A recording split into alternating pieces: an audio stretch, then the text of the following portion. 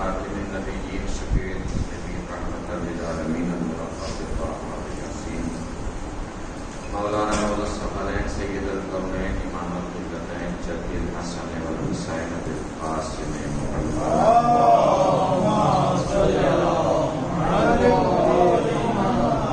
وعلى آله الطيبين الطاهرين المعصومين المظلومين المنتخبين المنتجبين الغر الميامين ولعنة الله على أعدائهم أجمعين من الآن إلى قيام يوم الدين. أما بعد فقد قال الله الحكيم في القرآن الكريم بسم الله الرحمن الرحيم إنما يريد الله ليذهب عنكم الرجس أهل البيت ويطهركم تطهيرا.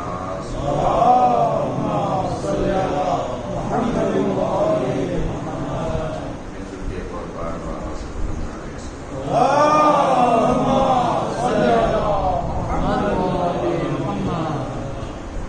جیسا کہ آپ سب کے علم ہے کہ مسلسل خطبہ شہزادی کونین حضرت فاطمہ الزہرا سلام اللہ علیہا آپ کی خدمت بابرکت میں پیش کرنے کی سعادت حاصل کر رہے ہیں، جس کے دو حصے کا تعلق توحید اور دوسرے کا تعلق نبوت اور رسالت سے تھا، وہ آپ کے سامنے ہم بیان کر چکے ہیں. شہزادی سلام اللہ علیہا حاکم وقت کو خطاب کرتے ہوئے خطبے کا آغاز کرتی تھی. اب شہزادی درباریوں کی طرف پلٹی، جیسا کہ تحریر ہے ثم التفت الی اہل المجلس. شہزادی درباریوں کی طرف متوجہ ہوئی جو وہاں لوگ بیٹھے تھے، جو وہاں موجود تھے، ان کی طرف متوجہ ہوئی اور فرمایا انتم عباد اللہ نصب امری کی، تم سب اللہ کے بندے ہو اور اللہ کے امر کو اپنے کاندھوں پہ اٹھائے ہوئے ہو. وحملۃ دینہ ووحیہ، اس کے دین اور اس کی وحی کے ذمہ دار ہو. وَأُمَنَاءُ اللَّهِ عَلَىٰ أَنفُسِكُمْ، اور اللہ کے امین ہو.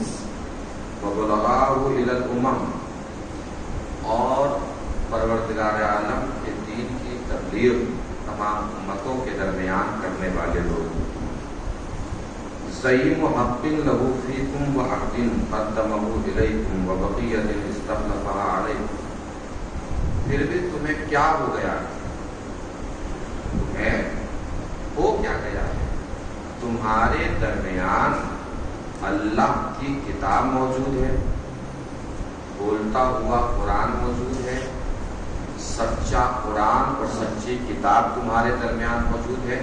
یعنی شہزادی توحید کے بعد نبوت و رسالت کے بعد اب قرآن کا تعارف پیش کر رہی ہے، قرآن کی تعریف بیان کر رہی ہے.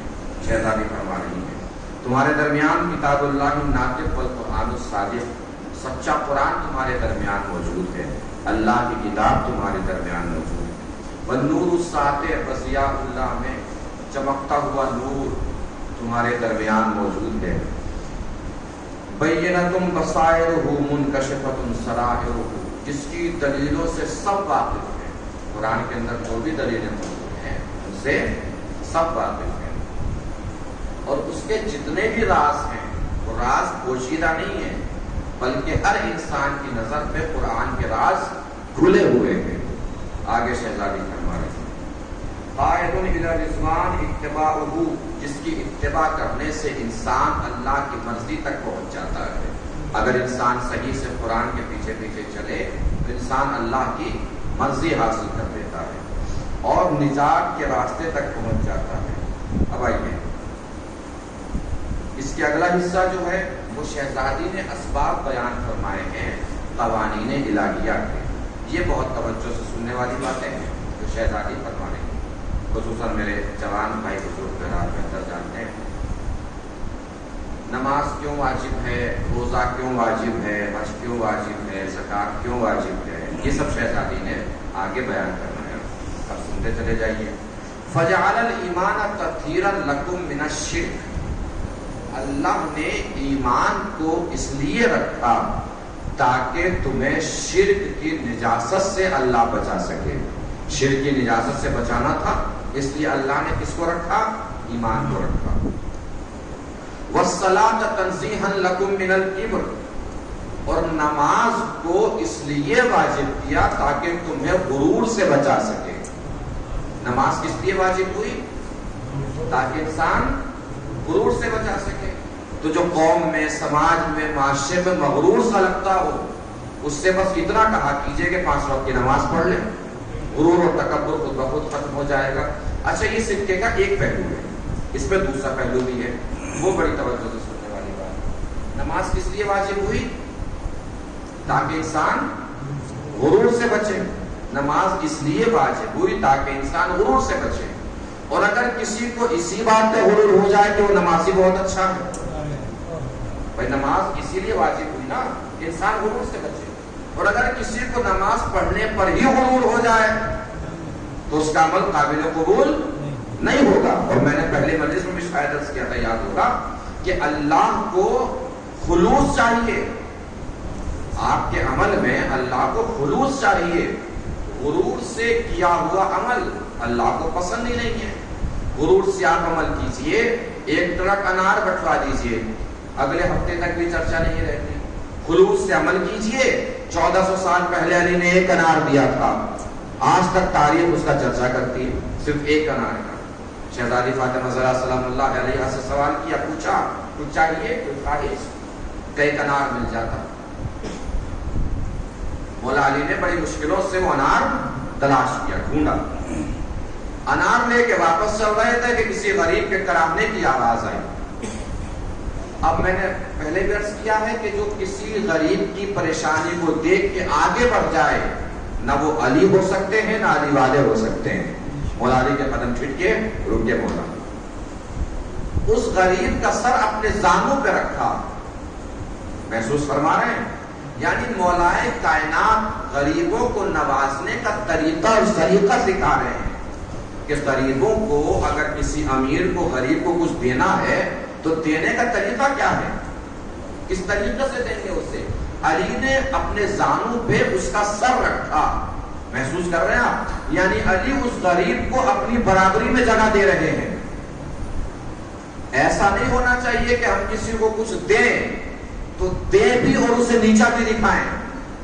جیسے ہی یہ ہمارے ذہن میں آیا فوراً ہمارا عمل ختم ہو جاتا ہے.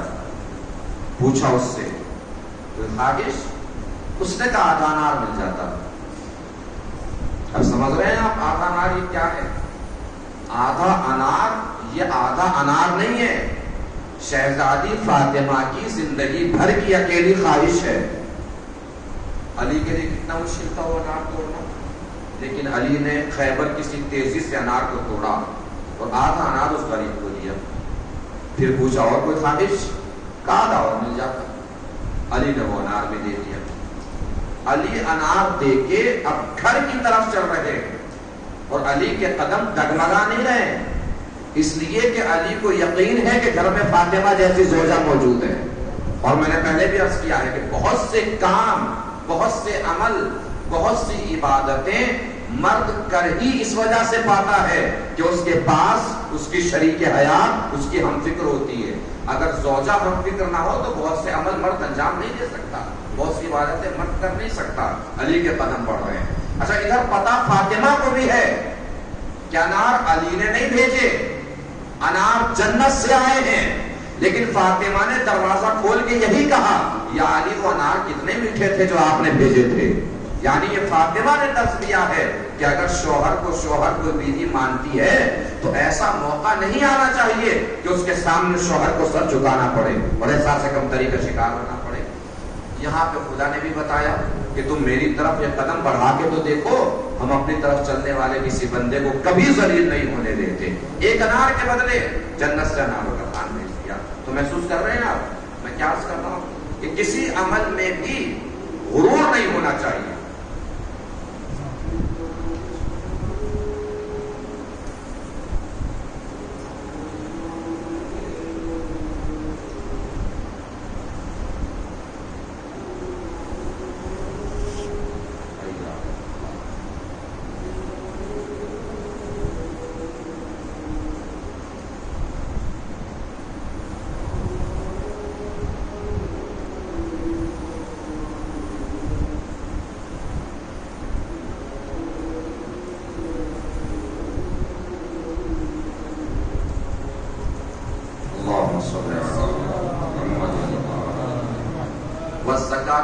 تزکیۃ للنفس، زکات کو کس لیے واجب کیا؟ تاکہ نفس کا تزکیہ کر سکے۔ وَنِمَاءً فِي الرِّزْقِ، زکات لے کے اللہ اپنے پاس رکھتا نہیں ہے۔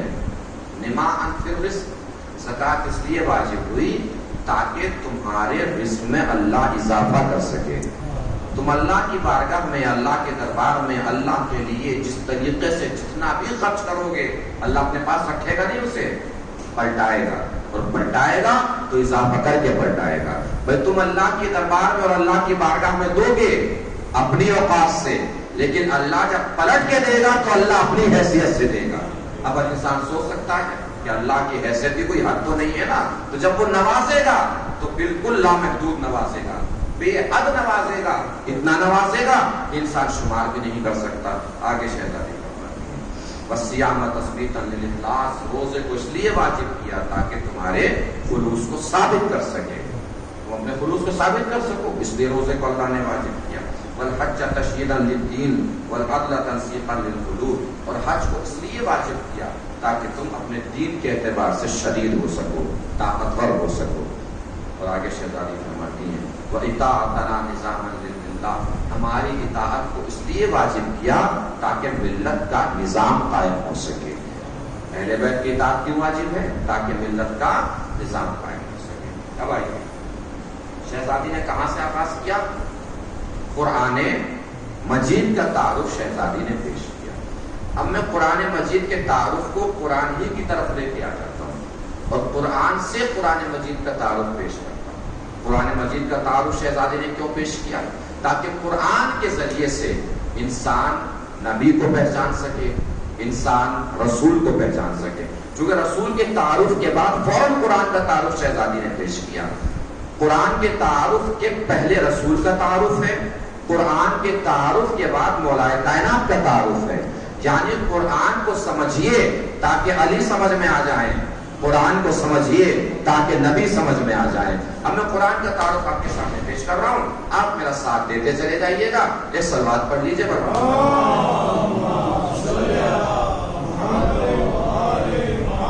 آئیے قرآن کا تعارف، قرآن کی تعریف، قرآن کی زبانی۔ جیسے جیسے موضوع آگے بڑھے گا انشاءاللہ دلچسپ ہوتا چلا جائے گا۔ بس میرے ساتھ ساتھ جتنے بھی افراد ہیں آپ میرے ساتھ ساتھ رہیے گا، میرا ساتھ دیتے ہوئے چلے جائیے گا۔ قرآن کا تعارف، قرآن کی زبانی۔ ارشاد ہو رہا ہے کیوں ضروری ہے قرآن کا تعارف، قرآن کی زبانی؟ تاکہ ہم قرآن کے ذریعے سے رسول کو سمجھ سکیں، قرآن کے ذریعے سے نبی کو سمجھ سکیں۔ بسم اللہ الرحمن الرحیم، ارشاد ہو رہا ہے وَنَزَّلْنَا عَلَيْكَ الْكِتَابَ تِبْيَانًا لِكُلِّ شَيْءٍ وَهُدًى وَرَحْمَةً وَبُشْرَىٰ لِلْمُسْلِمِينَ۔ یہ قرآن تبیان ہے، یہ قرآن بیان ہے، یہ قرآن ہدایت ہے، یہ قرآن رحمت ہے، یہ قرآن بشارت ہے۔ پھر ارشاد ہو رہا ہے بسم اللہ الرحمن الرحیم ذَلِكَ بَصَائِرُ مِن رَبِّكُمْ وَهُدًى وَرَحْمَةٌ لِقَوْمٍ يُؤْمِنُونَ۔ یہ قرآن بصیرت ہے، یہ قرآن بصارت ہے، یہ قرآن عقل ہے، یہ قرآن شعور ہے، یہ قرآن حجت ہے، یہ قرآن دلیل ہے، یہ قرآن فکر ہے۔ پھر ارشاد ہو رہا ہے بسم اللہ الرحمن الرحیم وَنُنَزِّلُ مِنَ الْقُرْآنِ مَا هُوَ شِفَاءٌ وَرَحْمَةٌ لِلْمُؤْمِنِينَ۔ یہ قرآن شفا ہے، یہ قرآن مشکل کشا ہے۔ پھر ارشاد ہو رہا ہے بسم اللہ الرحمن الرحیم فَمَنْ حَاجَّكَ فِيهِ مِن بَعْدِ مَا جَاءَكَ مِنَ الْعِلْمِ۔ یہ قرآن علم ہے۔ پھر ارشاد ہو رہا ہے بسم اللہ الرحمن الرحیم یا ایھا الناس قد جاءکم برہان من ربکم وانزلنا الیکم نورا مبینا۔ یہ قرآن برہان ہے، یہ قرآن نور مبین ہے۔ پھر ارشاد ہو رہا ہے بسم اللہ الرحمن الرحیم تبارک الذی نزل الفرقان علی عبدہ لیکون للعالمین نذیرا۔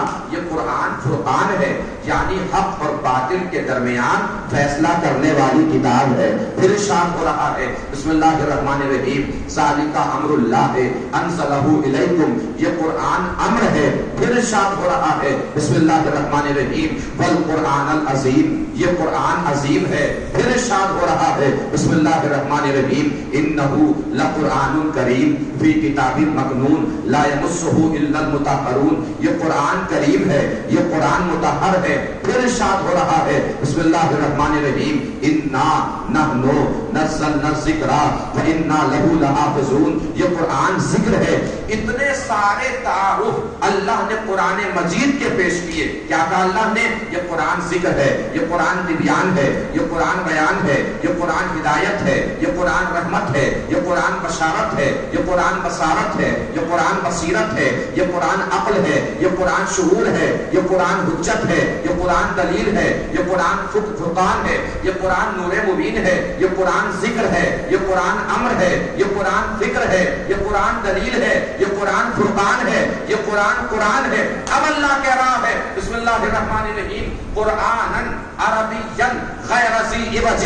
اس قرآن میں کسی طریقے کا عیب نہیں ہے. توجہ دیجیے گا چیزوں, بات پہنچے تو بتائیے گا. اس قرآن میں کسی طریقے کا عیب نہیں ہے. میں منبر پہ آؤں اور قرآن میں عیب نکالنا شروع کر دوں, آپ میں سے کوئی ہے جو منبر پہ مجھے بیٹھنے دے گا؟ کھینچ نہیں لے گا. کافر ہو گیا, مسلمان نہیں رہا. یہی تو عقیدہ ہماری سمجھ میں نہیں آتا کہ قرآن میں عیب نکالنے والا تو مسلمان نہیں رہتا, اور جس کے دل پہ قرآن نازل ہوا ہو اس میں عیب نکالنے والا خلیفۃ المسلمین ہو جاتا ہے. ایک صلوات پڑھیں مل جل کے.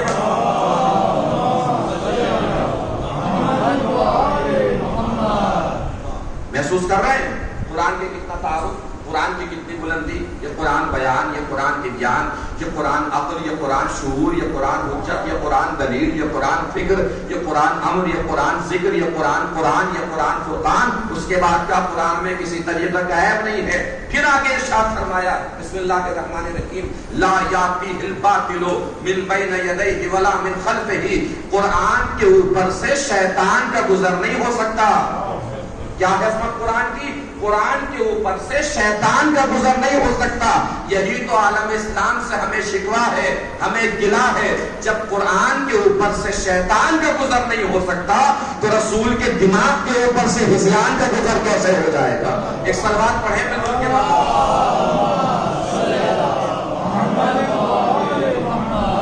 اتنی عظمتیں ہیں قرآن کی, اتنی بلندیاں ہیں قرآن کی, اتنی رفعتیں ہیں قرآن کی, اتنی بزرگیاں قرآن مجید کی. اب آئیے قرآن کی عظمت ملاحظہ فرمائیں گے. قرآن کی عزت, قرآن کی بلندی, قرآن کی فضیلت, کس طریقے سے اللہ نے قرآن کی عظمت کو بیان کیا. اب اللہ کی بات ہو گئی, مرسل اعظم کی طرف آ جائیے. حضور اکرم صلی اللہ علیہ وآلہ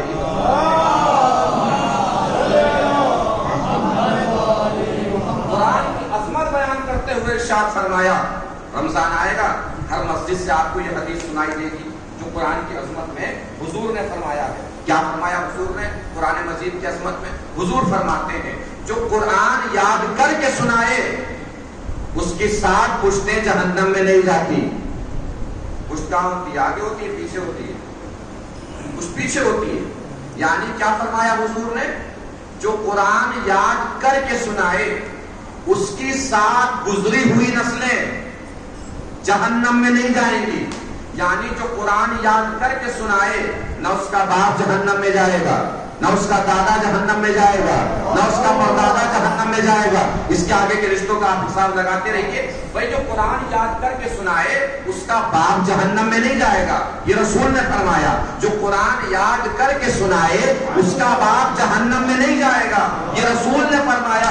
یہی تو ہمیں شکوہ ہے, یہی تو ہمیں شکایت ہے, یہی تو ہمیں گلہ ہے کہ عالم اسلام کو یہ تو سمجھ میں آ جاتا ہے کہ جو قرآن یاد کر کے سنائے اس کا باپ جہنم میں نہیں جائے گا, تو عالم اسلام کو یہ سمجھ میں کیوں نہیں آتا کہ وہ باپ کتنا عظیم ہوگا جس کا بیٹا پیدا ہوتے ہی توریت بھی سنائے, زبور بھی سنائے, انجیل بھی سنائے, قرآن بھی سنائے.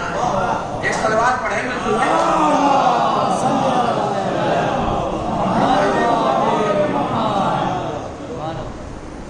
محسوس کر رہے ہیں کیا سنایا مولا نے؟ توریت, زبور, انجیل اور قرآن مجید. علی کا معجزہ سمجھیے. کہنا آسان ہے کہ علی نے توریت سنائے, زبور سنائے, انجیل سنائے, قرآن سنائے. علی کا معجزہ سمجھنے کی کوشش کیجیے. کوئی صاحب میرے پاس آئے اور آ کے کہیں کہ قبلہ ابھی 2 ہفتے پہلے مثلاً ایک مجلس ہوئی تھی, اس موضوع پہ مجلس ہوئی تھی, آپ بھی اسی موضوع پہ پڑھ دیجیے. اگر میں تھوڑا بہت پڑھا لکھا ہوں اور کتابیں کبھی کبھی پڑھ لیتا ہوں تو میرے لیے پڑھنا آسان ہے کہ مشکل ہے؟ آسان.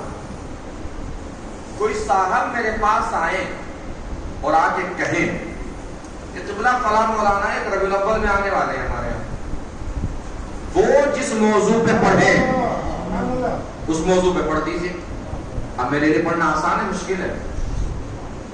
میں اس کا چہرہ تھوڑی دیر تک گھور کے نہیں دیکھوں گا کہاں سے چھوٹ کے آ گیا ہے، کہاں سے کھل کے آ گیا ہے. اس کا مطلب کیا ہوا؟ گزرے ہوئے موضوع کو پڑھنا آسان ہے، آنے والے موضوع کو پڑھنا مشکل ہے. علی کا معجزہ نہیں پہنچا. گزرے ہوئے موضوع کو پڑھنا آسان ہے، آنے والے موضوع کو پڑھنا مشکل ہے. علی نے توریت پڑھ دی، نازل ہو چکی تھی. زبور پڑھتی، نازل ہو چکی تھی. انجیل پڑھتی، نازل ہو چکی تھی. علی نے کمال یہ کیا قرآن بھی پڑھ دیا جو نازل ہی نہیں ہوا تھا. قرآن ابھی آیا ہی نہیں تھا. قرآن کیسے نازل ہوگا؟ کس طریقے سے نازل ہوگا؟ جبرائیل آئیں گے ایک کتاب لے کر اور کہیں گے رسول سے لیجیے کتاب اور پڑھ کے سنا دیجیے. قرآن ایسے نازل ہونے والا ہے یا کوئی اور طریقہ قرآن نازل ہونے کا؟ بھائی کوئی واقعہ ہوگا، آیت آئے گی، قرآن بنے گا. علی کا معجزہ سمجھیے گا، جہاں تک پہنچانا چاہ رہا ہوں پہنچ جائے تو بتا دیجیے گا. بھائی علی کا معجزہ کیا ہے اس کو سمجھانے کی کوشش کر رہا ہوں. قرآن کیسے نازل ہوا؟ کوئی واقعہ ہوا، آیت آئی، قرآن بنا. واقعہ ہوا، آیت آئی، قرآن بنا. کوئی بستر پہ سوئے گا، آیت آئے گی، قرآن بنے گا. کوئی غار میں روئے گا، آیت آئے گی، قرآن بنے گا. کوئی جنگ میں ڈٹے گا، آیت آئے گی، قرآن بنے گا. کوئی جنگ سے بھاگے گا، آیت آئے گی، قرآن بنے گا.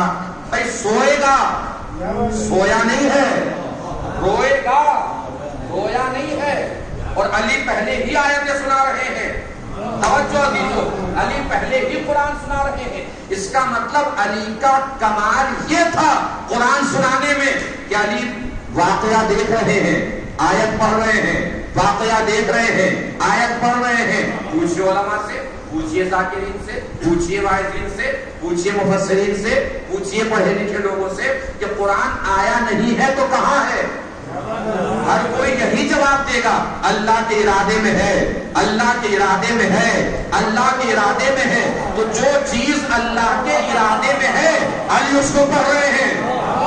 جو چیز اللہ کے ارادے میں ہے علی اس کو پڑھ رہے ہیں. تو موت کیوں آتی ہے دنیا کو؟ علی کے فضائل سناتے ہوئے، علی کے فضائل سنتے ہوئے. کھل کے بولیے نا، جہاں جہاں خدا دیکھ رہا تھا وہاں وہاں علی دیکھ رہے تھے. ایک صلوات پڑھیں مل جل کے بر محمد.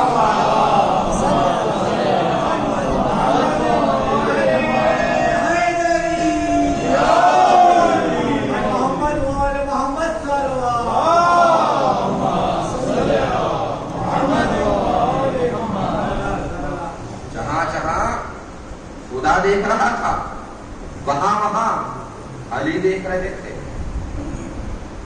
بڑی عظیم منزل پہ آ گیا، بڑی بلند منزل پہ آ گیا. یہ جتنی ابھی تک گفتگو کی ہے میں نے، یہ جو جملہ آ رہا ہے اس کی تمہید بنائی ہے بس. اب محسوس کر سکتے ہیں کہ کتنا قیمتی جملہ ہو سکتا ہے. بات پہنچ جائے تو جتنی طاقت سے پڑھوں گا اتنی طاقت سے جواب دیجیے گا. اگر پہنچ جائے اس منزل پر جہاں تک میں پہنچانا چاہ رہا ہوں. آپ کتنے بیٹھے ہیں اس پہ کوئی فرق نہیں پڑتا، لیکن آپ کیسے بیٹھے ہیں اس میں بہت بڑا فرق پڑتا ہے. آپ 5 بیٹھے ہیں، 10 بیٹھے ہیں، 15 بیٹھے ہیں، کوئی فرق نہیں پڑتا، لیکن آپ بیٹھے کیسے ہیں؟ ٹائم پاس کرنے کے لیے بیٹھے ہیں کہ مجلس میں شریک ہونے کے لیے بیٹھے ہیں؟ اس سے ذاکر کو فرق پڑتا ہے. تو اللہ کے ٹائم پاس نہ کیجیے. جس طرح مجلس سنا رہا ہوں ویسے مجلس سماعت فرمائیے اور سنیے. بات پہنچے تو پوری طاقت سے بتائیے. علی نے توریت پڑھ دیا، میری سمجھ میں آتا ہے. زبور پڑھ دی، میری سمجھ میں آتا ہے. انجیل پڑھ دی، سمجھ میں آتا ہے. دنیا جو کہتی ہے علی نے قرآن پڑھا، یہ سمجھ میں نہیں آتا. کیسے علی نے قرآن پڑھ دیا؟ امریکہ کس نے ڈھونڈا؟ کولمبس نے. ٹھیک ہے, یہ بھی سمجھ میں نہیں آتا کہ جو دنیا کہتی ہے کولمبس نے امریکہ ڈھونڈا, سمجھ میں نہیں آتا. ہمیں سوئی ڈھونڈنی ہو تو ڈھونڈنے سے پہلے سوئی کا کھونا ضروری, کھونے سے پہلے سوئی کا وجود ضروری. جب کسی چیز کا وجود پہلے ہوگا ابھی تو اسے ڈھونڈا جائے گا. جب چیز پہلے موجود ہی نہیں تو ڈھونڈا کیا ہے؟ بھئی امریکہ تھا کہاں جو کولمبس نے امریکہ ڈھونڈا؟ قرآن تھا کہاں جو علی نے قرآن پڑھا؟ توجہ عزیزو, بھئی امریکہ تھا کہاں جو کولمبس نے امریکہ ڈھونڈا؟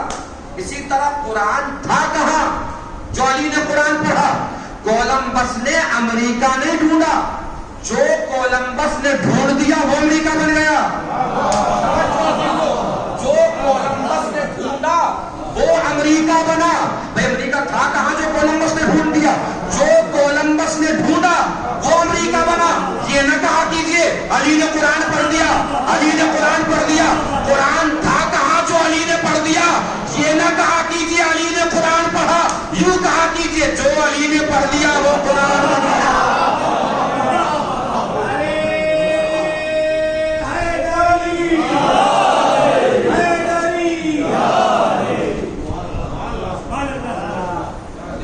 نہیں پڑھا, جو علی نے پڑھا وہ قرآن بنا.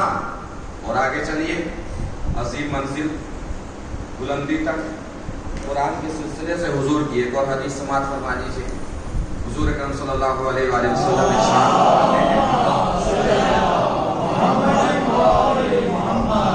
من فی قلبہ قرآن لا یحرقہ النار, جس کے دل میں قرآن ہوتا ہے اللہ اسے جہنم کی آگ میں نہیں جلائے گا.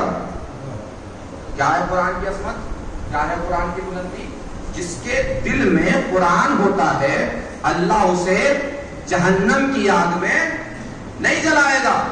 آگے حضور نے فرمایا لیکن ہر دل میں قرآن نہیں ہوتا, بہت سو کے حلق میں آ کے قرآن اٹک جاتا ہے. کیا فرمایا حضور نے؟ جس دل میں قرآن ہوتا ہے اللہ اسے جہنم کی آگ میں نہیں جلائے گا, لیکن ہر دل میں قرآن نہیں ہوتا, بہت سو کے حلق میں آ کے قرآن اٹک جاتا ہے. ہم نے پڑھ کے قرآن سے پوچھ لیا قرآن یہ کیا بات ہوئی؟ کسی کے دل میں اترتے ہو, کسی کے حلق میں اٹک جاتے ہو. قرآن نے پلٹ کے جواب دیا تم نے رسول کی صرف ایک ہی حدیث سنی ہے, رسول کی دوسری حدیث نہیں سنی. القرآن مالی وعلی مال قرآن, قرآن علی کے ساتھ ہے, علی قرآن کے ساتھ ہے. جب مجھے کوئی زبان سے حلق میں اتارتا ہے تو چھانک کے دیکھ لیتا ہوں, دل میں علی ہوتا ہے تو اتر جاتا ہوں ورنہ حلق میں اٹک جاتا ہوں. ایک صلوات پڑھیں گے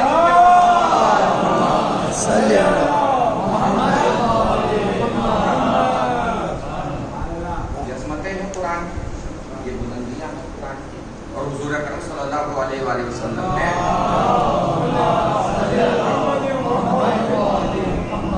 جاتے وقت یہ تو کہا تھا انی تارکن فیکم الثقلین کتاب اللہ و عترتی اہل بیتی فإن تمسکتم بہما لن تضلوا بعدی انہما لن یفترقا حتی یرد علیہ القوس. بڑی توجہ سے سن لیجئے گا کہ میں تمہارے درمیان دو گراں قدر چیزیں چھوڑ کے جا رہا ہوں, ایک اللہ کی کتاب اور دوسرے میری اطرت. بھئی کیا رسول کے لیے ضروری تھا قرآن و اہل بیت کو چھوڑ کے جانا؟ ایسے چلے جاتے بغیر چھوڑے. رسول کے لیے ضروری تھا کہ وہ قرآن و اہل بیت کو چھوڑ کے جائیں. اب یہ تھوڑی سی ایک خاص منزل ہے جہاں رک کے سن لیجیے گا انشاءاللہ تاکہ بچوں تک اور ان کے اذہان تک بھی بات پہنچ جائے. کیا رسول کے لیے ضروری تھا قرآن و اہل بیت کو چھوڑ کے جانا؟ میرا آپ سے سوال, ایک آدمی آپ کے ساتھ پلا بڑھا جوان, آپ اس کے نام سے بھی واقف ہیں, اس کے باپ کو بھی جانتے ہیں, اس کی ماں کو بھی جانتے ہیں, اس کے خاندان اور قبیلے اور محلے کو بھی جانتے ہیں. بڑا ہو کے اچانک ایک دن وہ بولے کہ میں اللہ کا رسول ہوں, آپ میں سے کتنے لوگ مان لیں گے؟ اور اگر اس کا تعلق کسی ہمارے خاندان کے علاوہ کسی دوسرے خاندان سے ہو تب تو بالکل ہی گنجائش نہیں بچتی. اپنے خاندان والے لوگ پھر بھی سوچیں گے کہ یار چلو کہہ رہا ہے کچھ کہنے، ہوتا ہے کہ نہیں ہوتا ایسا؟ کوئی مان لے گا آپ میں سے جو یہ کہے کہ میں اللہ کی طرف سے ہوں، کوئی ماننے کو تیار ہو جائے گا؟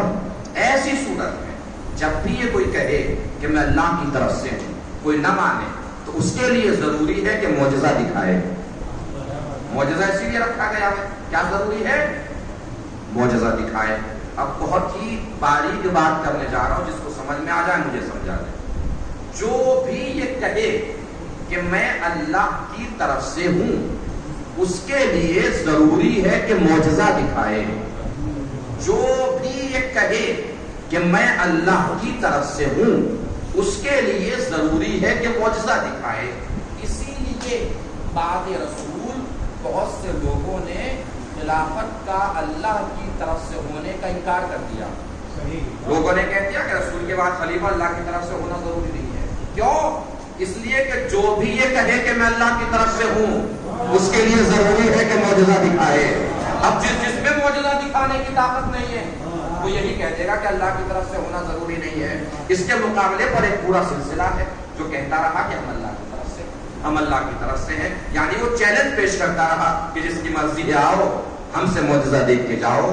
لوگ آتے رہے، معجزہ دیکھ کے جاتے رہے۔ بھائی ان پورے سلسلے نے معجزہ دکھایا بھی، چاند کے ٹکڑے کر کے دکھائے، ستارے کو دروازے پہ بلا کے دکھایا، جنت میں کھانا بھجوا کے دکھایا، جنت سے کھانا منگا کے دکھایا، درخت و سجدہ کرا کے دکھایا، سنگریزوں سے کلمہ پڑھوا کے دکھایا، مغرب میں جاتے ہوئے سورج کو روک کے دکھایا، مغرب میں جاتے ہوئے سورج کو روک کے دکھایا۔ پوری توجہ دیجیے گا، مغرب میں جاتے ہوئے سورج کو روک کے دکھایا۔ اگر اس کے برابر والا سلسلہ بھی یہ کہہ دیتا کہ ہم بھی اللہ کی طرف سے ہیں تو لوگ بڑے سیانے ہیں، اس دروازے سے معجزہ دیکھ کے جاتے، ان کے دروازے پہ بیٹھ جاتے کہ وہاں سے معجزہ دیکھ کے آئے ہیں، تم بھی معجزہ دکھاؤ، سنگریزوں سے کلمہ پڑھوا کے دکھاؤ، درختوں سے سجدہ کرا کے دکھاؤ، جنت میں کھانا بھیج کے دکھاؤ، جنت سے کھانا منگا کے دکھاؤ، مغرب میں جاتے ہوئے سورج کو روک کے دکھاؤ، مغرب میں جاتے ہوئے سورج کو روک کے دکھاؤ۔ اب سوچنے کی بات ہے وہ بیچارہ مغرب میں جاتے ہوئے سورج کو کیسے روک سکتا تھا جو بیچارہ میدان سے بھاگتے ہوئے گھوڑے کو نہ روک سکے؟ وہ کیسے روک دے گا مغرب میں جاتے ہوئے سورج کو؟ تو جو بھی یہ کہے کہ ہم اللہ کی طرف سے ہیں، ان کے لیے کیا ضروری ہے؟ معجزہ دکھائے۔ پوری تاریخ نبوت دیکھ لیجیے، نبی کا نام سوچئے، معجزہ ذہن میں آ جائے گا۔ جناب موسیٰ، معجزہ بول دیجئے، یہاں ساز طرح نہیں بنے گا۔ جناب موسیٰ معجزہ کیا ہے؟ عصا۔ جناب ابراہیم معجزہ آگ کو گلزار بنانا۔ جناب داؤد معجزہ لوہے کو موم بنانا۔ جناب عیسیٰ معجزہ مردے کو زندہ کرنا۔ کیا بتانے جا رہا ہوں؟ کیوں رسول کے لیے ضروری تھا قرآن اہل بیت کو چھوڑ کے جانا؟ پوری توجہ۔ بھائی موسیٰ کا معجزہ عصا، جناب عیسیٰ کا معجزہ مردے کو زندہ کرنا، جناب ابراہیم کا معجزہ آگ کو گلزار کرنا، جناب داؤد کا معجزہ لوہے کو موم بنانا۔ آپ میں سے کوئی ہے جس نے جناب موسیٰ کا عصا دیکھا ہو؟ نہیں دیکھا نا؟ آپ میں سے کوئی ہے جس نے وہ پھول دیکھا ہو جس کو ابراہیم نے آگ سے بنایا تھا؟ کوئی نہیں ہے نا؟ جناب داؤد کا معجزہ لوہے کو موم بنانا۔ کسی کے گھر میں اس موم کی موم بتی جلتی ہے جو جناب داؤد نے لوہے سے موم بنایا؟ نہیں دیکھا نا کسی نے معجزہ؟ جناب عیسیٰ کا معجزہ مردے کو زندہ کرنا، کسی نے معجزہ دیکھا؟ کیوں نہیں دیکھا؟ اس لیے کہ ہر نبی کی نبوت اس کے زمانے تک تھی۔ نبی گیا، نبوت گئی، معجزہ گیا، موسیٰ گئے، عصا گیا، عیسیٰ گئے، بیمار کو شفایات کرنے کا معجزہ گیا، مردے کو زندہ کرنے کا معجزہ گیا، لیکن یہ جو آخری نبی ہے، یہ آخری پیغمبر ہے، یہ طٰہٰ ہے، مزمل ہے، مدثر ہے، محبوب کبریا ہے، حبیب خدا ہے، اس کی نبوت اس کے زمانے تک محدود نہیں رہے گی، نبوت جائے گی قیامت تک۔ جب نبوت قیامت تک جائے گی تو نبوت کا معجزہ بھی قیامت تک جائے گا۔ ہر نبی کی نبوت کا ایک معجزہ، ہمارے نبی کی نبوت کے دو معجزے، ایک معجزے کو قرآن کہتے ہیں، دوسرے معجزے کو اہل بیت کہتے ہیں۔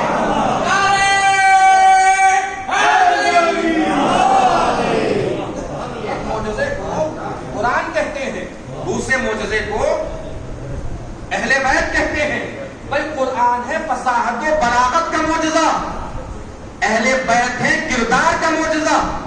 معجزہ اگر عام زبان میں سمجھیے تو یوں ہوگا کہ جس کے جیسا نہ ہو پائے وہ معجزہ، جس کا کوئی جواب نہ ہو وہ معجزہ۔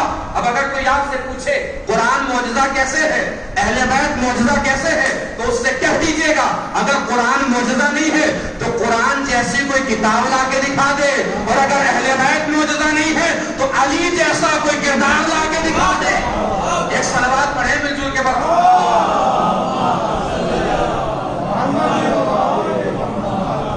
قرآن و اہل بیت دونوں ہم پلہ، دونوں ہم وزن، دونوں برابر۔ جو قرآن وہی اہل بیت، جو اہل بیت وہی قرآن۔ اور آگے نبی نے کیا فرمایا؟ اس کو مضبوطی سے تھامے رہو، گمراہ نہیں ہوگے۔ انہما لن یفترقا، یہ دونوں ایک دوسرے سے جدا نہیں ہوں گے۔ توجہ، نہ قرآن اہل بیت سے جدا، نہ اہل بیت قرآن سے جدا۔ کتنے ساتھ؟ بھائی ولادت سے پہلے بھی ساتھ، شہادت کے بعد بھی ساتھ۔ باپ نے کعبے میں قرآن پڑھ کے بتایا کہ ولادت سے پہلے بھی ساتھ ہیں، بیٹے نے نو کے نیزہ پہ قرآن پڑھ کے بتایا کہ شہادت کے بعد بھی ساتھ ہیں۔ کتنے ساتھ؟ ہم پلہ ہم بس، دونوں برابر۔ مجلس پڑھ رہا ہوں، باہر کوئی نکلے اور تعریف کرنا شروع کر دیں، مثال کے طور پہ کیا خوب مجلس تھی اور کیا خوب بیان تھا اور کیا خوب لہجہ تھا، سب لوگ ہاں میں ہاں ملاتے رہیں۔ مسئلہ آتا نہیں، صحیح ملانا تو پڑتا ہے نا، ہاں میں ہاں ہاں صحیح بات ہے، بہت اچھی بات ہے۔ لیکن سامنے والا تھوڑا جذبات محبت میں اس نے حد پار کی، اور حد پار کے کہا کہ کوئی ایسی مجلس پڑھتی ہے جیسے کوئی پڑھ ہی نہیں سکتا۔ اب وہ جو ہاں میں ہاں ملا رہے ہوں گے وہ بھی الٹ جائیں گے، کیا یہ کیا بات کر رہے ہو، ایسے کوئی پڑھ نہیں سکتا، اور فلاں مولانا آتے تھے اور اس سے بہتر پڑھتے تھے، اور فلاں عالم کو سنا ہے ہم نے، اور فلاں ذاکر کو سنا ہے۔ توجہ دی بات پر۔ انسان تعریف برداشت کر لیتا ہے، چیلنج برداشت نہیں کرتا۔ محسوس کر رہے ہیں؟ تعریف سب برداشت کر لیتے ہیں، چیلنج کوئی برداشت نہیں کرتا۔ قرآن میں اللہ نے قرآن کی تعریف ہی نہیں کی ہے، چیلنج بھی کیا ہے۔ بھائی اگر تم سمجھتے ہو یہ میری کتاب نہیں ہے تو اس کے جیسے کوئی کتاب لا کے دکھا دو۔ تمہاری اوقات بھی پتا ہے، حیثیت بھی پتا ہے، نہیں لا سکتے 10 سوروں کا جواب لے آؤ، 10 سوروں کا بھی نہیں لا سکتے۔ توجہ، ایک سورے کا جواب لے آؤ۔ قرآن نے سورے کا نام تو نہیں بتایا، سورہ بقرہ کا جواب نہیں آ سکتا تھا، سورہ کوثر کا لے آتے، سب سے چھوٹا سورہ، لیکن 1400 سال گزر گئے، قرآن کے چھوٹے سورے کا بھی جواب نہیں۔ توجہ دیجیے گا، حضور نے کیا فرمایا؟ قرآن و اہل بیت دونوں ہم پلہ، دونوں ہم وزن۔ بھائی قرآن کو اللہ نے، پوری توجہ دیجیے گا، قرآن کے نہ بڑے سورے کا جواب لا پائے نہ چھوٹے سورے کا جواب۔ اب سمجھیے بات کو، اللہ نے اپنے علم کو 114 سوروں میں بانٹ کے کہا، نہ میرے بڑے سورے کا جواب نہ چھوٹے سورے کا جواب۔ اسی طرح اپنے نور کو 14 حصوں میں بانٹ کے کہا، نہ میرے بڑے کا جواب نہ چھوٹے کا جواب۔ قرآن و اہل بیت دونوں برابر، قرآن و اہل بیت دونوں ہم پلہ۔ اب جہاں تک بات کو لانا تھا وہاں بات پہنچ گئی ہے۔ بہت توجہ سے سن لیجیے گا اس بات کو، بہت دل سے پڑھوں گا، بہت دل سے سن لیجیے گا۔ قرآن و اہل بیت برابر۔ اب حدیث پہ توجہ دیجیے، تم اس کا دامن پکڑے رہو، گمراہ نہیں ہو، ٹھیک؟ یہ دونوں جدا نہیں ہو، کب تک؟ حتی یردا علی الحوض، جب تک کہ میرے پاس حوض کوثر تک نہ آ جائے۔ بھائی اگر قرآن و اہل بیت کا دامن پکڑا ہم نے تو ہم کہاں تک جائیں قرآن و اہل بیت کے ساتھ؟ کیا بات ہے، پکڑ لیا اگر دامن تو کہاں تک جائیں گے؟ کوثر تک، چونکہ دونوں کو جانا ہے کہاں تک؟ کوثر تک۔ دامن پکڑ لیجئے۔ اس کا مطلب یہ ہے کہ رسول کے کہنے کا مقصد یہ تھا، قرآن و اہل بیت کا دامن پکڑو، کوثر پہ آ جاؤ۔ قرآن و اہل بیت کا دامن پکڑو، کوثر پہ آ جاؤ۔ پوری توجہ، قرآن و اہل بیت کا دامن پکڑو، کوثر پہ آ جاؤ۔ لیکن مسئلہ اس میں یہ ہے کہ ہمیں کوثر پہ تھوڑی جانا ہے، ہمیں تو جنت جانا ہے. نماز پڑھتے ہیں جنت مل جائے, روزہ رکھتے ہیں جنت مل جائے, حج کرتے ہیں جنت مل جائے, زکات دیتے ہیں جنت مل جائے, خیرات دیتے ہیں جنت مل جائے, یتیموں کے پالن ہار بنتے ہیں جنت مل جائے, بے کسوں کا سہارا بنتے ہیں جنت مل جائے, جنت مل جائے, جنت مل جائے. ہمیں جانا ہے جنت. رسول کہہ رہے کوثر پہ آ جائیے. توجہ, مجلس ہمیں پڑھنی ہے امام بارگاہ میں. اکبر بھائی کا فون آیا, انہوں نے کہا اسٹیشن پہ آ جائیے. ہم نے کہا امام بارگاہ کا پتہ بتائیے. انہوں نے قبلہ اسٹیشن پہ آ جائیے. یا رسول اللہ جنت کا پتہ بتائیے. رسول کہہ رہے کوثر پہ آ جائیے. توجہ عزیزو, بات پہنچے تو بتائیے گا. بھائی ہمیں مجلس پڑھنی امام بارگاہ میں, سیدھے سیدھے امام بارگاہ کا پتہ بتائیے نا. کبھی اسٹیشن پہ آ جائیے. ہم کہہ رہے امام بارگاہ کا پتہ بتائیے, وہ کہہ رہے اسٹیشن پہ آ جائیے. یا رسول اللہ جنت کا پتہ بتائیے. رسول کہہ رہے کوثر پہ آ جائیے. بات پہنچے تو پوری طاقت سے بتائیے گا. ہمیں امام بارگاہ کا پتہ بتائیے, وہ کہہ رہے اسٹیشن پہ آ جائیے. جب بہت دیر گزری, انہوں نے کہا قبلہ گھبرا کیوں رہے ہیں, آپ اسٹیشن پہ آ جائیے, وہاں ہمارا بیٹا مل جائے گا, وہ آپ کو امام بارگاہ لے آئے گا. یا رسول اللہ جنت کا پتہ بتائیے. رسول کہہ رہے کوثر پہ آ جائیے. جب بہت دیر گزری, رسول نے کہا گھبرا کیوں رہے ہو, تم کوثر پہ آؤ, وہاں تمہیں ساقی کوثر ملے گا, وہ تمہیں جنت لے کے جائے گا.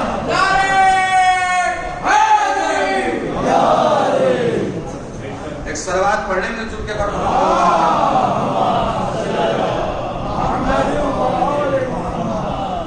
بہت صحیح بات. اسی قرآن کو دلیل بنا کے, اسی قرآن کو رہنما بنا کے, اسی قرآن کو درمیان میں رکھے. واقعہ کر دوں, جو ہم سنتے ہیں نا فدق فدق خطبہ فدق خطبہ فدق. شہزادی نے جو جرا کی ہے دربار میں, اور جو اپنا مقدمہ لڑا اور کیس لڑا ہے, اس مقدمے کے بعد مولائے کائنات نے بھی مقدمہ لڑا ہے دربار میں. مجھے نہیں پتا کتنے لوگوں کو معلوم ہے, جو تاریخ کے جانکار ہیں وہ جانتے ہیں مولانا نے کیسے مقدمہ لڑا. اسی آیت کے ذریعے سے جس کو میں نے سرنامہ کلام قرار دیا ہے. بہت نازک بات کرنے جا رہا ہوں, پہنچے بتائیے گا. جب شہزادی فاطمہ چلی گئی دربار سے, تو مولا علی نے پوچھا حاکم وقت سے کہ اگر کوئی تمہارے پاس آئے فاطمہ کی شکایت لے کر کہ فاطمہ نے معاذ اللہ ثم معاذ اللہ کوئی غلط کام کیا ہے, تو تم کیا کرو گے؟ کہ جیسے سب کو سزا دیتا ہوں ویسے فاطمہ کو بھی سزا دوں گا. جملہ سنیے گا مولا کا. جیسے اس نے کہا نا جیسے سب کو سزا دیتا ہوں ویسے ہی فاطمہ کو بھی سزا دوں گا. مولا نے فوراً جواب دیا کہ تم کافر ہو جاؤ گے, تم کافر ہو جاؤ گے. اس نے پوچھا کہ میں کافر کیسے ہو جاؤں گا؟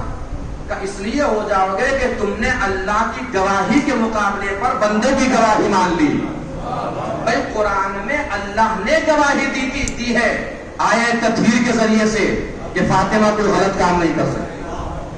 فاطمہ کوئی غلط کام نہیں کر سکتی. اب بس 2 منٹ کی بات ہے, اس کے بعد انشاءاللہ رکھتے ہیں مسائل, لیکن سنیے گا پوری توجہ کے ساتھ.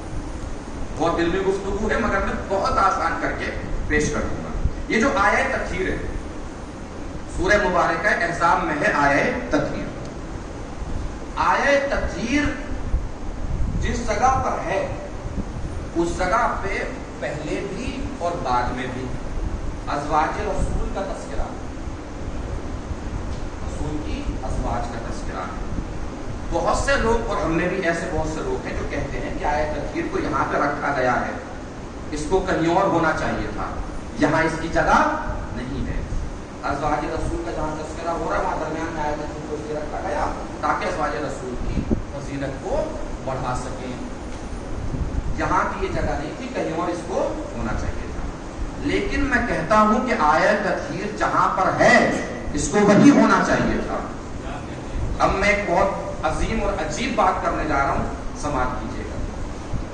کلام میں, عربی ادب میں بھی, اردو ادب میں بھی, حدیث میں بھی اور قرآن مجید میں بھی ایک صنعت ہے جسے صنعت التفات بولتے ہیں. صنعت التفات میں بچوں کے لیے بہت آسان ہے.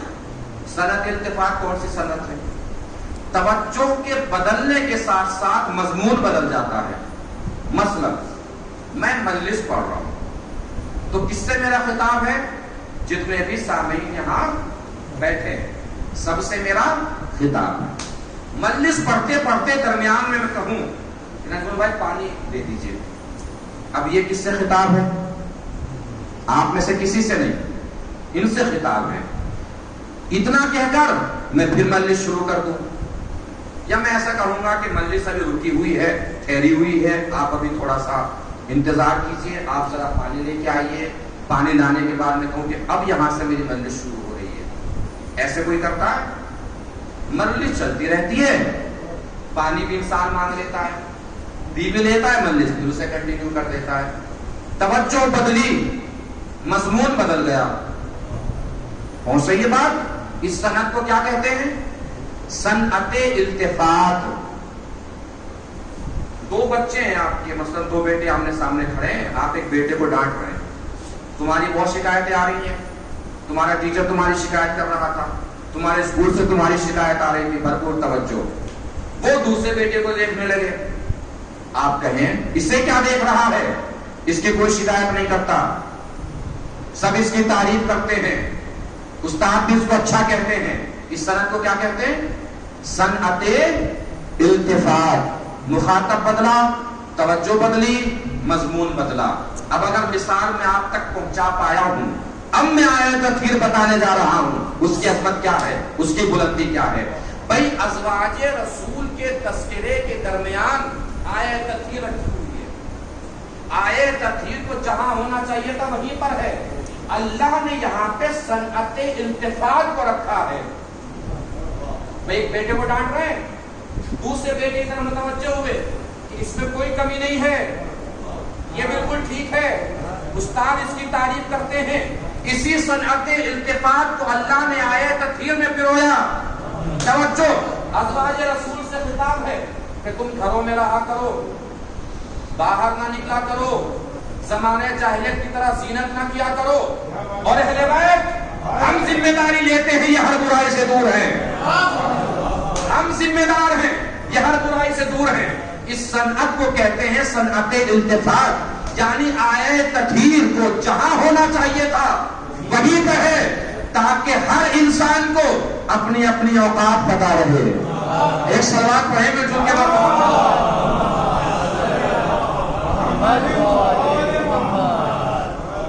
اللہ نے کہا ہے نا کہ ہر رزق سے دور ہے. اب آئیے آخری منٹ رزق بتا دوں کہ رزق کیا ہے.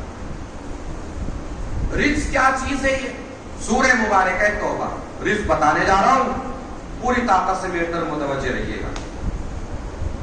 سورہ مبارکہ توبہ آیت نمبر 95 اللہ ارشاد فرما رہا ہے، اے میرے حبیب یہ سارے جنگ کے بھگوڑے تمہارے پاس آ رہے ہیں، مجھے کیا کرنا ہے؟ فَعَرِضُوا عَنْهُمْ، ان سے اپنا منہ پھیر لینا. کیوں؟ اِنَّهُمْ رِجْسٌ، اس لیے کہ یہ سارے کے سارے رجس ہیں. وَمَأْوَاهُمْ جَهَنَّمْ، اور ان سب کی منزل جہنم ہے. اب جس کی جتنی جلدی نظر تاریخ پہ پہنچ جائے اتنی جلدی آواز نکال کے مجھے بتا دے کہ وہ تاریخ کے کس منظر کو دیکھ رہا ہے. کیا کہا اللہ نے؟ اپنا منہ پھیر لینا. کیوں منہ پھیر لینا؟ اس لیے کہ یہ سب رجس ہیں. پتہ نہیں چلا رجس کسے کہتے ہیں؟ قرآن کی نظر میں رزق اسے کہتے ہیں جس سے معصوم اپنا منہ پھیر لے. توجہ عزیزو، جس کی جتنی جلدی نظر پہنچے بتائے گا. بھئی قرآن کی نظر میں رزق اسے کہتے ہیں جس سے معصوم اپنا منہ پھیر لے. جنگ کے مرکز ہے رسول. جنگ کے اعتبار سے رزق وہ ہوگا جس سے رسول اپنا منہ پھیرے. آیت تطہیر کی مرکز ہے فاطمہ. آیت تطہیر کے اعتبار سے رزق وہ ہوگا جس سے فاطمہ اپنا منہ پھیرے. جس سے فاطمہ منہ پھیرے وہ رزق. آگے قرآن کہتا ہے وَمَأْوَاهُمْ جَهَنَّمْ، رزق کی منزل جہنم ہے. رزق کی منزل جہنم ہے. پوری طاقت سے پڑھوں گا، پوری طاقت سے جواب دینا ہے. رزق کی منزل جہنم ہے. رزق کی منزل جہنم ہے. دنیا کہتی ہے فاطمہ فدق لینے گئی تھی، فاطمہ فدق لینے گئی تھی، فاطمہ فدق لینے گئی تھی۔ فاطمہ دربار میں صرف فدق لینے نہیں گئی تھی، جہنمی کو جہنم کا پروانہ دینے گئی تھی۔ ایک صلوات پڑھیں مل جل کے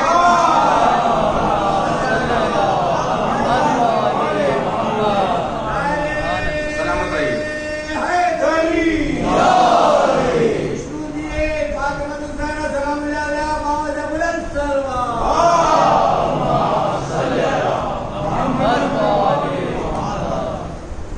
شہزادی سلام اللہ علیہ دربار سے پلٹی، مولا کائنات آگے بڑھے، آگے بڑھ کے کہا فاطمہ کہا تھا دربار میں مت جائیے گا۔ فاطمہ چپ رہی، حسن و حسین آگے بڑھے، کہا دربار میں جانے کی کیا ضرورت تھی، یہ لوگ بھول گئے ہیں نانا کو۔ فاطمہ چپ رہی، زینب آگے بڑھی، اماں دربار میں کس لیے گئی تھی؟ فاطمہ نے جلدی سے زینب کو گلے سے لگا لیا، میری شہزادی کوئی بھی کہے کہ دربار میں مت جائیے، تو نہ کہ دربار میں مت جائیے۔ کم سے کم آج میں دربار میں گئی تھی، صحابیوں کا مجمع تھا، کل جب تو دربار میں جائے گی صحابیوں کا نہیں شرابیوں کا مجمع ہوگا۔ اللہ ان آوازوں پہ اپنی رحمت نازل کرے۔ کوئی غم نہ دے سوائے ہمیں کربلا کے، کوئی غم نہ دے سوائے ہمیں اہل بیت، کوئی غم نہ دے سوائے ہمیں امام حسین کے، کوئی غم نہ دے سوائے ہمیں بطول کے، کوئی غم نہ دے سوائے ہمیں زہرا کے، کوئی غم نہ دے سوائے ہمیں فاطمہ کے۔ میں نے عرض کیا تھا نا امام حسین رخصت ہو رہے ہیں، خیمے سے نکل رہے ہیں۔ جب رخصت ہو گئے بہنوں سے تو زینب نے حسین کو واپس بلایا اور بلا کے گلے کا بوسہ لیا۔ حسین نے پوچھا میری ماں جائی گلے کا بوسہ کس لیے؟ گلے کا بوسہ کس لیے؟ اماں نے کہا تھا کہ جب حسین تم سے رخصت ہونے لگے تو گلے کا بوسہ میری طرف سے لے لینا۔ حسین نے جلدی سے زینب کے بازوؤں کا بوسہ لینا شروع کیا۔ کہ میری ماں جائے میرے بھائی یہ بازوؤں کا بوسہ کس لیے؟ کہ مجھ سے بابا نے کہا تھا کہ جب رخصت ہونا زینب کے بازوؤں کا بوسہ لے لینا۔ اللہ ہی نواز زینب نے اپنی آنکھوں سے پوری کربلا دیکھی۔ معلوم ہے حضرات، جناب زینب ٹیلے پر کھڑی ہے، حسین کا سر قلم ہو رہا ہے، زینب دیکھ رہی ہے، نیزے پہ سر بلند ہو گیا۔ یہ روایات میں موجود ہے اور میر مونس علیہ الرحمہ نے اپنے مرثیے میں بھی اس کو نقل کیا ہے، اس روایت کو۔ جب تک حسین کا سر نیزے پر سوار تھا حسین کی آنکھیں کھلی ہوئی تھی، حسین کی آنکھیں کھلی ہوئی تھی۔ انہوں نے پورا نقل کیا کہ اچانک خیمے میں آگ لگنے لگی، خیمے میں آگ لگی تو بیبیوں کی ردائیں چھننے لگی۔ زینب کی ردا جیسے ہی چھنی حسین کی آنکھیں بند ہو گئی۔ زینب نے تڑپ کے کہا بھیا ابھی آنکھیں بند مت کیجئے، میں نے کھلی آنکھوں سے آپ کا کٹتا ہوا گلا دیکھا ہے بھیا، بھیا ابھی تو کربلا ہے، ابھی تو کوفے اور شام کے راستے میں بھی جانا ہے جہاں سروں پہ پتھر برسیں گے، بھیا آپ بھی کھلی آنکھوں سے دیکھتے رہیے گا۔ جب کبھی بھی پوچھا جاتا سب سے زیادہ مصیبت کہاں پڑی، امام سجاد یہی جواب دیتے الشام الشام الشام۔ عزیزانو میں اکثر عرض کرتا ہوں بہت سارے جملے ایسے ہوتے ہیں جو ہمارے ہزاروں بار کے سنے ہوئے ہوتے ہیں، لیکن جملے اتنے قیامت خیز ہوتے ہیں کہ جگر پھٹنے کے لیے کافی ہے اگر انسان سوچ سکے۔ مولانا کا شام الشام الشام مطلب کیا تھا؟ بازار شام، زندان شام، دربار شام، بازار شام۔